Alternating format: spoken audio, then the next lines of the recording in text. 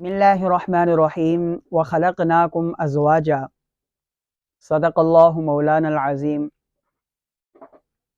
رشتے جوڑ اور میاں بیوی کا ملنا یہ اللہ تعالیٰ کی قدرت سے ہوتا ہے، اس کی اور ساری نصیب کی بات ہوتی ہے۔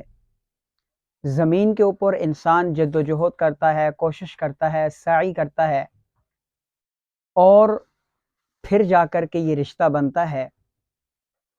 اور سورہ نساء کی آیت کی روشنی میں اگر دیکھا جائے، پہلی آیت کی روشنی میں، تو اللہ تعالیٰ فرماتے ہیں وَاتَّقُوا اللَّهَ الَّذِي تَسَاءَلُونَ بِهِ وَالْأَرْحَامَ۔ تو ارحام رشتوں کو کہا جاتا ہے، اور رشتوں میں جو میاں بیوی والا رشتہ ہے یہ سب سے باریک اور نازک ترین رشتہ ہوتا ہے۔ ایک شخص اگر اپنے بیٹے کو عاق کر دیتا ہے منقولہ غیر منقولہ جائیداد سے، اور اسے گھر سے نکال دیتا ہے، تو اس کا یہ توڑ، یہ بائیکاٹ، یہ سب کچھ اپنی جگہ ہوگا، لیکن اس عاق کرنے کی وجہ سے اس کا بیٹا بیٹا ہونے سے نہیں جائے گا، بلکہ بیٹا بیٹا ہی رہے گا۔ اسی طرح کوئی شخص اپنی بیٹی کو گھر سے نکال دے، یا کچھ بھی اس طرح کا معاملہ آ جائے، رشتہ داری ختم کر دے، قطع تعلق کر دے، تو وہ رشتہ داری بہرحال برقرار رہتی ہے۔ لیکن میاں بیوی کا ایک تعلق ایسا ہے کہ جب کوئی آدمی معاذ اللہ اپنی بیوی کو طلاق دے دیتا ہے، تو پھر وہ اس کی بیوی نہیں رہتی، اور وہ 3 لفظ ہیں اور چند لمحے کی مار ہے۔ اس لیے قرآن پاک میں بھی اللہ تعالیٰ فرماتے ہیں وَاتَّقُوا اللَّهَ الَّذِي تَسَاءَلُونَ بِهِ وَالْأَرْحَامَ۔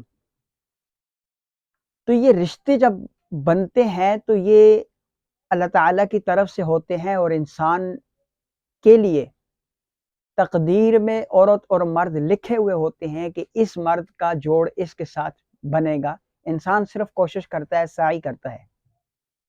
لیکن آج ہم اگر اپنے معاشرے کے اندر دیکھیں تو رشتوں کے اس جوڑ کے اندر بہت زیادہ مشکلات حائل کی گئی ہیں۔ مثال کے طور پر عمر کو دیکھی جاتی ہے، تعلیم دیکھی جاتی ہے، قوم دیکھی جاتی ہے، پھر کار، کوٹھی، بنگلے، یہ چیزیں ساری دیکھی جاتی ہیں۔ ہماری شریعت مطہرہ کے اندر اس کا کوئی تصور نہیں ہے۔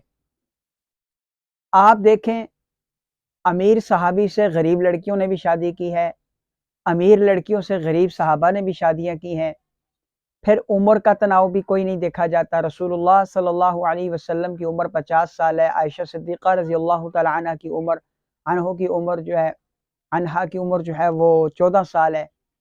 اسی طرح عمروں کا بھی تناؤ نہیں ہے۔ پھر رسول اللہ صلی اللہ علیہ وسلم کنوارے ہیں، 25 سال کی عمر ہے، 40 سال کی عورت سے، بیوہ طلاق یافتہ عورت سے شادی کر رہے ہیں، اس چیز کو بھی نہیں دیکھا گیا۔ سیدہ زینب رضی اللہ تعالیٰ عنہ کی جب شادی آپ صلی اللہ علیہ وسلم سے ہوئی تو آپ کے 2 بچے بھی تھے ساتھ۔ تو اس طرح کی یہ ساری چیزیں شریعت مطہرہ میں نہیں دیکھی جاتی۔ اللہ تعالیٰ نے انسانوں کو بنایا ہی ایک دوسرے کی رفع نسانی کے لیے ہے، ایک دوسرے کو فائدہ پہنچانے کے لیے ہے۔ مرد کو اللہ تعالیٰ نے عورت پر فوقیت دی ہے، الرجال قوامون علی النساء اور علیہن درجہ۔ تو اس مرد کو اللہ تعالیٰ نے فوقیت دی ہے، مقام دیا، مرتبہ دیا عورتوں کے اوپر۔ اب اگر یہ مرد اپنے مرد ہونے کا ثبوت نہیں دیتے، طلاق یافتہ بیوہ عورتوں سے شادی کر کے، اور اسی طرح غریب، بے سہارا، یتیم لڑکیوں سے شادی کر کے ان کو سہارا نہیں دیتے، تو پھر شاید کہ ان کے مرد ہونے کا بھی کوئی فائدہ نہیں ہے۔ اور جہاں تک رشتوں کی بات ہے تو وہ رشتے جب میچ کیا جاتا ہے تو ان میں بہت ساری کمی کوتاہیاں نکالی جاتی ہیں۔ مثال کے طور پر تعلیم اس کی کم ہے، اس کی زیادہ ہے، قد اس کا چھوٹا ہے، اس کا بڑا ہے، یا عمر اس کی اتنی ہے، اس کی اتنی ہے، یا فلاں فلاں، یا قوم نہیں ملتی، یا اس طرح، یہ ساری چیزیں فضولیات میں سے ہیں۔ ہم مسلمان ہیں، اور مسلمان کو صرف اور صرف دینداری کی بنیاد پر رشتے کرنے چاہیے۔ لڑکی والے ہیں تو وہ دیکھیں کہ لڑکا جو ہے وہ رشتہ دار، وہ دیندار ہے یا نہیں ہے۔ اگر لڑکے والے رشتہ کر رہے ہیں تو وہ لڑکی کو دیکھیں دیندار ہے یا نہیں ہے۔ دینداری سے مراد یہ نہیں ہے کہ وہ بہت بڑی عالمہ یا عالم ہو، وہ بہت بڑا مبلغ، داعی، مجاہد ہو، تبھی دیندار ہوگا۔ دینداری سے مراد یہ ہے کہ وہ صبح و شام، دن رات، 24 گھنٹے کی جو زندگی ہے وہ کیسے گزارنی ہے، دین مصطفیٰ کی روشنی میں وہ کیسے گزارنی ہے، یہ چیزیں اس کو پتہ ہونا چاہیے، اور میاں بیوی ایک دوسرے کے حقوق سے واقف ہوں۔ میاں کو پتہ ہونا چاہیے کہ بیوی کو زندگی گزارنے کے لیے کیسے رکھا جاتا ہے، اور بیوی کو پتہ ہونا چاہیے کہ شوہر کے حقوق کیا ہیں اور کیا چیز جو ہے وہ شوہر کو کرنی چاہیے۔ تو یہ ساری چیزیں جو ہوتی ہیں یہ دین کی بنیاد پر ہوتی ہیں، لیکن افسوس کی بات ہے کہ ہم دنیا کے اعتبار سے رشتوں کو دیکھتے ہیں، دنیاوی تعلیم، پیسہ، کار، کوٹھی، بنگلہ، ان چیزوں کو دیکھتے ہیں۔ جب یہ چیزیں ہم دیکھیں گے، ان کی بنیاد پر جب شادیاں ہوں گی تو پھر وہ شادی نہیں چل سکے گی۔ دوسرے دن تیسرے دن لڑائی جھگڑا فتنہ فساد، یہ بات اس کا اختتام اور اس کا نتیجہ تن یہ ہوگا، یا بات طلاق تک جا پہنچے گی یا قتل و غارت گری تک جا پہنچے گی۔ ہمارے دارالفتاحوں کے اندر 95% جو کیس آتے ہیں وہ طلاق کے آتے ہیں، خلا کے آتے ہیں، جہیز کے معاملات آتے ہیں، اور اس طرح کے جو کیسز ہیں وہ آتے ہیں۔